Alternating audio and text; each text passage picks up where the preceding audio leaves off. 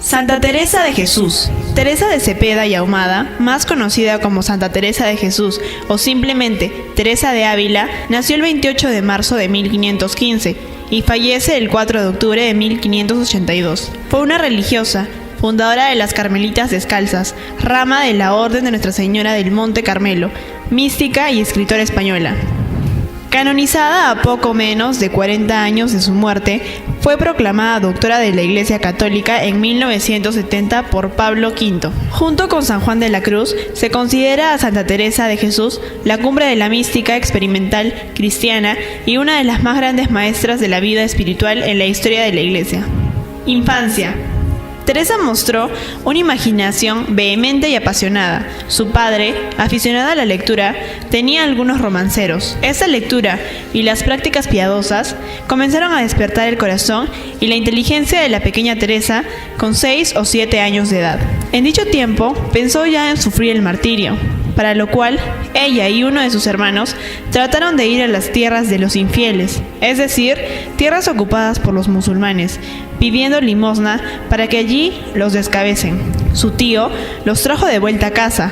Convencidos de que su proyecto era irrealizable, los dos hermanos acordaron ser ermitaños. Mudanza física y espiritual. Afectada por una grave enfermedad, volvió a casa de su padre y ya curada, la llevaron al lado de su hermana, que con su marido vivía en Castellanos de la Cañada. Luchando consigo misma, le dijo a su padre que deseaba ser monja, pues creía, dado su carácter, que al haberlo dicho, bastaría para no volverse atrás. Su padre contestó que no lo consentiría mientras él viviera.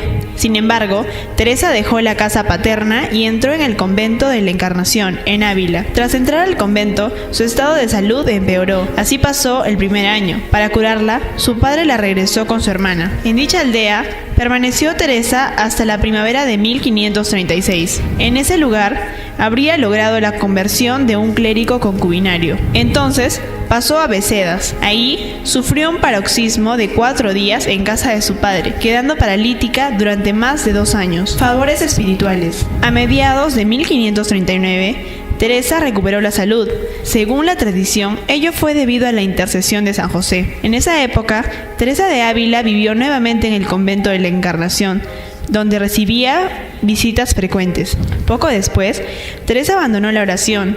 Según su testimonio, se le apareció Jesucristo en el locutorio con semblante airado, reprendiéndole su trato familiar con seglares. No obstante, la monja no cambió su estilo de vida en varios años, hasta su conversión definitiva, tras la vista de un ecce homo, en su propia expresión, de Cristo muy llagado.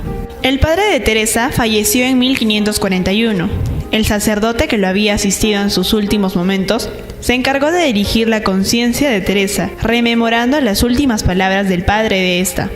Posteriormente, impresionada por estas palabras, tuvo su primer rapto y la visión del infierno. Tomó por confesor a Baltasar Álvarez, que dirigió su conciencia durante unos 6 años y disfrutó, dice, de grandes favores celestiales, entre los que se contó la visión de Jesús resucitado. San Luis Beltrán la animó a llevar adelante su proyecto de reformar la Orden del Carmen. Teresa quería fundar en Ávila un monasterio para la estricta observancia de la regla de su orden, que comprendía la obligación de la pobreza, de la soledad y del silencio. Inicio de las fundaciones en España. A fines de 1561, recibió Teresa cierta cantidad de dinero que le remitió desde Perú uno de sus hermanos, y con ella se ayudó para continuar la proyectada fundación del convento de San José. Para la misma obra, contó con el concurso de su hermana Juana, a cuyo hijo Gonzalo se dice que resucitó a la santa. Descontenta con la relajación de las normas que habían sido mitigadas, Teresa decidió reformar la orden para volver a la austeridad, la pobreza y la clausura, que consideraba el auténtico espíritu carmelitano. Se abrió el monasterio de San José. Hubo alborotos en Ávila.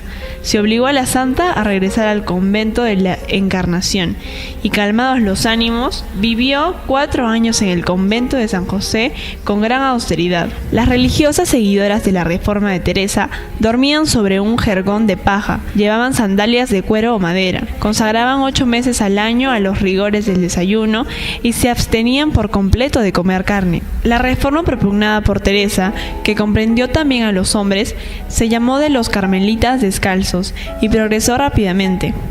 el padre Rossi visitó el convento de San José, lo aprobó y dio permiso a Teresa para fundar otros. La santa, en aquel año, marchó para posesionarse de otro convento. Estuvo en Madrid y arregló el convento de Descalzas fundado por su amiga María de Jesús. En Malagón fundó otro monasterio de la Reforma. Este fue bendecido en una inauguración el Día de Ramos de 1568. Como anécdota y dato curioso, cabe decir que en la celda del monasterio que ocupó Santa Teresa hay una imagen suya sentada escribiendo en una pequeña mesa y que solo se expone una vez cada 100 años en esa iglesia. Actualmente en el monasterio viven carmelitas de clausura. Poco después, se fundaron varios conventos más de descalzos. Algunos en Andalucía abrazaron la Reforma y comenzó la discordia entre calzados y descalzadas, año en que Teresa recibió muchos favores espirituales en el convento de la Encarnación. Tales fueron su desposorio místico con Jesucristo y un éxtasis en el locutorio cuando conversaba con San Juan de la Cruz. Ella, que en el transcurso de su vida escribió muchas cartas, estuvo en Salamanca. Allí, obedeciendo a su director, el jesuita Ripalda, redactó el libro de sus últimas fundaciones y muerte. Supo que en Granada se había fundado el 16º convento de Carmelitas y uno de Descalzos en Lisboa. El 17º de Descalzas lo fundó ella en Burgos, donde escribió sus últimas fundaciones, incluyendo la de dicha ciudad. Saliendo de Burgos salió por Palencia, cuya prioria la echó del convento, Medina del Campo, cuya prioria también la despreció, y Peñaranda de Bracamonte. Al llegar a Alba de Tormes, su estado empeoró. Recibido el viático y la confesada, murió en brazos de Ana de San Bartolomé la noche del 4 de octubre de 1582. Su cuerpo fue enterrado en el convento de la Anunciación de esta localidad, con grandes precauciones para evitar un robo. Exhumado el 25 de noviembre de 1585, quedó allí un brazo y se llevó el resto del cuerpo a Ávila, donde se colocó en la sala capitular, pero el cadáver, por mandato del Papa, fue devuelto al pueblo de Alba,